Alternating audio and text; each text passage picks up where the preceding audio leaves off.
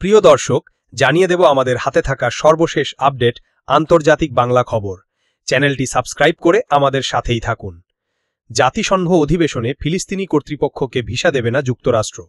আগামী মাসের জাতিসংঘ সাধারণ পরিষদ অধিবেশনে যোগ দেওয়ার জন্য ফিলিস্তিনি কর্তৃপক্ষের সদস্যদের ভিসা না দেওয়ার ঘোষণা দিয়েছে যুক্তরাষ্ট্র।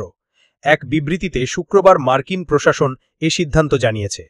এ নজিরবিহীন পদক্ষেপ প্রেসিডেন্ট ডোনাল্ড ট্রাম্প প্রশাসনকে আরও ঘনিষ্ঠভাবে ইসরায়েলের সঙ্গে এক কাতারে দাঁড় করালো, যে সরকার দীর্ঘদিন ধরে ফিলিস্তিনি রাষ্ট্র গঠনের বিরোধিতা করছে ও পশ্চিম তীরে অবস্থিত ফিলিস্তিনি কর্তৃপক্ষকে গাজায় হামাসের সঙ্গে এক করে দেখতে চাইছে।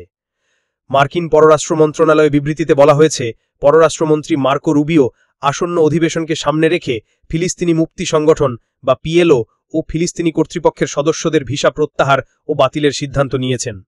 পিএলও ও ফিলিস্তিনি কর্তৃপক্ষ নিজেদের অঙ্গীকার মানতে ব্যর্থ হয়েছে ও শান্তি প্রক্রিয়ার সম্ভাবনাকে দুর্বল করেছে। জাতীয় নিরাপত্তার স্বার্থে তাদের জবাবদিহির মুখোমুখি করা আমাদের দায়িত্ব। পররাষ্ট্র দফতর ফিলিস্তিনিদের বিরুদ্ধে আন্তর্জাতিক অপরাধ আদালত ও আন্তর্জাতিক বিচার আদালতের দ্বারস্থ হওয়ার অভিযোগ আনিয়ে আইন লঙ্ঘনের অভিযোগ এনেছে। যুক্তরাষ্ট্রের দাবি, ফিলিস্তিনি কর্তৃপক্ষকে এ ধরনের আন্তর্জাতিক প্রচেষ্টা বন্ধ করতে হবে ও একতরফাভাবে কল্পিত ফিলিস্তিনি রাষ্ট্রের স্বীকৃতি আদায়ের উদ্যোগ থেকেও বিরত থাকতে হবে। জাতিসংঘ সদর দপ্তর নিউ ইয়র্কে হওয়ায় চুক্তি অনুযায়ী আয়োজক দেশ হিসেবে কর্মকর্তাদের ভিসা দিতে যুক্তরাষ্ট্রের বাধ্যবাধকতা রয়েছে। তবে ওয়াশিংটন বলছে, জাতিসংঘে ফিলিস্তিনি মিশনের জন্য ভিসা দেওয়া হচ্ছে, তাই তারা ওই চুক্তি লঙ্ঘন করছে না। এবার জানিয়ে দেব, পারমাণবিক ইস্যুতে উত্তেজনার মধ্যে নাগরিকদের ইরান ত্যাগের আহ্বান জার্মানির।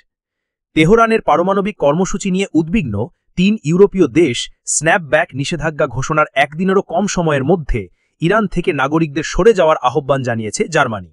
শুক্রবার 29 অগস্ট জার্মান পররাষ্ট্র মন্ত্রণালয় তাদের ওয়েবসাইটে বলেছে, নাগরিকদের ইরান ত্যাগ করার জন্য অনুরোধ করা হচ্ছে। যৌথ পারমাণবিক শক্তি চুক্তি বারবার এবং ব্যাপকভাবে লঙ্ঘিত হওয়ার কারণে ইরানের ওপর 28 অগস্ট ব্রিটেন, ফ্রান্স এবং জার্মানি স্ন্যাপব্যাক প্রক্রিয়া চালু করার সিদ্ধান্ত নিয়েছে। এতে আরও বলা হয়, যেহেতু ইরানের সরকারি কর্মকর্তারা অতীতে বারবার পরিণতির হুমকি দিয়েছেন, তাই এটা উড়িয়ে দেওয়া যায় না যে ইরানে পাল্টা ব্যবস্থা গ্রহণের ফলে জার্মান স্বার্থ এবং নাগরিকরা প্রভাবিত হবে। জার্মান পররাষ্ট্র মন্ত্রণালয়ের মতে, তেহরানের জার্মান দূতাবাস বর্তমানে কেবলমাত্র সীমিত কনসুলার সহায়তা প্রদান করতে সক্ষম। ইরানের সঙ্গে পারমাণবিক চুক্তির উদ্দেশ্য ছিল তেহরানকে পারমাণবিক বোমা তৈরি থেকে বিরত রাখা। নথিটি বিশেষভাবে ইরানের পারমাণবিক কর্মসূচি নিয়ন্ত্রণ করে এবং ইউরেনিয়ামের পরিমাণ ও সমৃদ্ধিকরণের সীমা নির্ধারণ করে। গত জুন মাসে উত্তেজনা আরও বেড়ে যায় যখন ইসরায়েল তেহরানে আকস্মিক আক্রমণ চালায়। ইরান ক্ষেপণাস্ত্র এবং ড্রোন হামলায় প্রতিশোধ নেয়। এক পর্যায়ে যুক্তরাষ্ট্র ইসরায়েলের সঙ্গে যুদ্ধে যোগ দিয়ে 3টি ইরানি পারমাণবিক স্থাপনায় বোমা হামলা চালায়। এরপর ইরান কাতারে অবস্থিত মধ্যপ্রাচ্যের সবচেয়ে বড় মার্কিন ঘাঁটিতে ক্ষেপণাস্ত্র ছুড়লে 12 দিনের এই সংঘাতের অবসান ঘটে। এরপর থেকে কোনো পক্ষ আর হামলা চালায়নি। এদিকে কমলা হ্যারিসের নিরাপত্তা সুবিধা বাতিল করলেন ট্রাম্প। যুক্তরাষ্ট্রের সাবেক ভাইস প্রেসিডেন্ট ও 2024 সালের নির্বাচনে ডেমোক্র্যাট প্রার্থী কমলা হ্যারিসের সিক্রেট সার্ভিস নিরাপত্তা সুবিধা বাতিল করেছেন প্রেসিডেন্ট ডোনাল্ড ট্রাম্প। আজ শুক্রবার হোয়াইট হাউসের এক ঊর্ধ্বতন কর্মকর্তা এই তথ্য নিশ্চিত করেছেন। যুক্তরাষ্ট্রের সাবেক ভাইস প্রেসিডেন্টরা সাধারণত পদ ছাড়ার পর 6 মাস পর্যন্ত সিক্রেট সার্ভিসের নিরাপত্তা পান। হোয়াইট হাউসের ওই কর্মকর্তা বলেন, গত জানুয়ারিতে প্রেসিডেন্ট জো বাইডেন দায়িত্ব ছাড়ার আগে হ্যারিসের নিরাপত্তা সুবিধা বাড়িয়ে 2026 সালের জানুয়ারি পর্যন্ত করেছিলেন।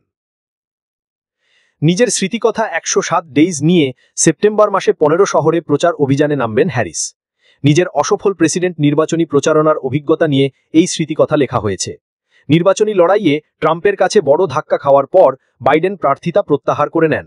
পরবর্তী 107 দিন ডেমোক্র্যাটদের মনোনীত প্রার্থী ছিলেন কমলা। শেষ পর্যন্ত ট্রাম্পের কাছেই পরাজিত হন তিনি। হোয়াইট হাউসের ওই কর্মকর্তা বলেছেন, গত বৃহস্পতিবার একটি চিঠির মাধ্যমে হ্যারিসকে বিষয়টি জানানো হয়। সেখানে বলা হয়, 1 সেপ্টেম্বর থেকে অতিরিক্ত এই নিরাপত্তা সুবিধা বাতিল করা হচ্ছে। এ বিষয়ে হ্যারিসের জ্যেষ্ঠ উপদেষ্টা কিয়ারস্টেন অ্যালেন বলেন, ভাইস প্রেসিডেন্ট সাবেক মার্কিন যুক্তরাষ্ট্রের সিক্রেট সার্ভিসের পেশাদারিত্ব, নিবেদিতভাবে দায়িত্ব পালন এবং নিরাপত্তার অটল প্রতিশ্রুতির জন্য কৃতজ্ঞ। 2024 সালের প্রেসিডেন্ট নির্বাচনে ট্রাম্পের কাছে পরাজিত হলেও 2028 সালে প্রেসিডেন্ট প্রার্থী হওয়ার সম্ভাবনা উড়িয়ে দেননি কমলা। তিনি 2026 সালে ক্যালিফোর্নিয়ার গভর্নর পদে প্রার্থী হবেন না বলে গত 30 জুলাই ঘোষণা দেন। শুধু হ্যারিসই নন, ট্রাম্প আরও অনেকের ফেডারেল নিরাপত্তা সুবিধা বাতিল করেছেন। তাদের মধ্যে ট্রাম্পের সমালোচক ও সাবেক জাতীয় নিরাপত্তা উপদেষ্টা জন বোল্টনও আছেন। গত মার্চে বাইডেনের সন্তান হান্টার বাইডেন ও অ্যাশলে বাইডেনের নিরাপত্তা সুবিধাও বাতিল করা হয়। সবশেষ জানিয়ে দেব আমেরিকার 900 স্থানে বিক্ষোভের ডাক। প্রেসিডেন্ট ট্রাম্পের গণবিরোধী ও অভিবাসন বিরোধী পদক্ষেপের পাশাপাশি বিভিন্ন সিটিতে সেনা মোতায়েনের সিদ্ধান্তের প্রতিবাদে 1 সেপ্টেম্বর সোমবার সারা আমেরিকায় 900-এর বেশি স্থানে বিক্ষোভ কর্মসূচি ঘোষণা করেছে শ্রমিক সংগঠন AFL-CIO। সোমবার শ্রমিক দিবস হওয়ায় এই কর্মসূচি গুরুত্বপূর্ণ রাজনৈতিক বার্তা বহন করছে। শিকাগো টিচার্স ইউনিয়নের ভাইস প্রেসিডেন্ট জ্যাকসন পোর্টার জানিয়েছেন, শ্রমিক দিবসে এই কর্মসূচি শ্রমিকদের অধিকার রক্ষার জন্য বিশেষ গুরুত্ব বহন করছে। তিনি বলেন, ট্রাম্পের পদক্ষেপে গণতন্ত্র ক্ষতিগ্রস্ত হচ্ছে, কথা বলার অধিকার হরণ হচ্ছে, আইন শৃঙ্খলা ভঙ্গ হচ্ছে এবং অভিবাসীরা ক্রমশ নিগৃহীত হচ্ছে। এ অবস্থাকে আমরা মেনে নিতে পারি না। ওয়ার্কার্স ওভার বিলিয়নের ব্যানারে কর্মসূচি অনুষ্ঠিত হবে। অরাজক পরিস্থিতি এড়াতে পুলিশ প্রশাসনকে সতর্ক থাকার নির্দেশ দেওয়া হয়েছে। এর আগে 14 জন নো কিংস শীর্ষক কর্মসূচি এবং 2রা আগস্ট আরও একটি প্রতিবাদী কর্মসূচি সারা আমেরিকায় পালিত হয়েছে। এবারের কর্মসূচির রাজনৈতিক গুরুত্ব আরও বেশি, কারণ এর নেপথ্যে যুক্তরাষ্ট্রের ডেমোক্র্যাটরা রয়েছে। শ্রমিক ফেডারেশনের মাধ্যমে হোয়াইট হাউসে শক্তিশালী বার্তা পৌঁছানো এবং সামনের নির্বাচনে রিপাবলিকানদের প্রতি প্রভাব বিস্তার করা এই কর্মসূচির লক্ষ্য। প্রধান প্রধান শহরগুলো যেখানে কর্মসূচি অনুষ্ঠিত হবে সেগুলি হল New York, Washington DC, Boston, Philadelphia, Chicago, Los Angeles, Dallas, Houston, Miami, Atlanta, San Francisco, Seattle, Detroit, Phoenix, Alabama, Alaska, Tucson, Little Rock, Denver, Hartford, Wilmington, Honolulu, Idaho, Indianapolis, Des Moines, Wichita, Lexington, Lafayette, Augusta, Baltimore, Mount Pleasant, Minneapolis, Springfield, Jackson, Montana, Nebraska, Las Vegas, New Hampshire, হোলিডন, North Carolina, Akron, Bismarck, Oklahoma, Oregon, Rhode Island, Columbia, Knoxville, Cedar City, Charlottesville, Milwaukee প্রভৃতি।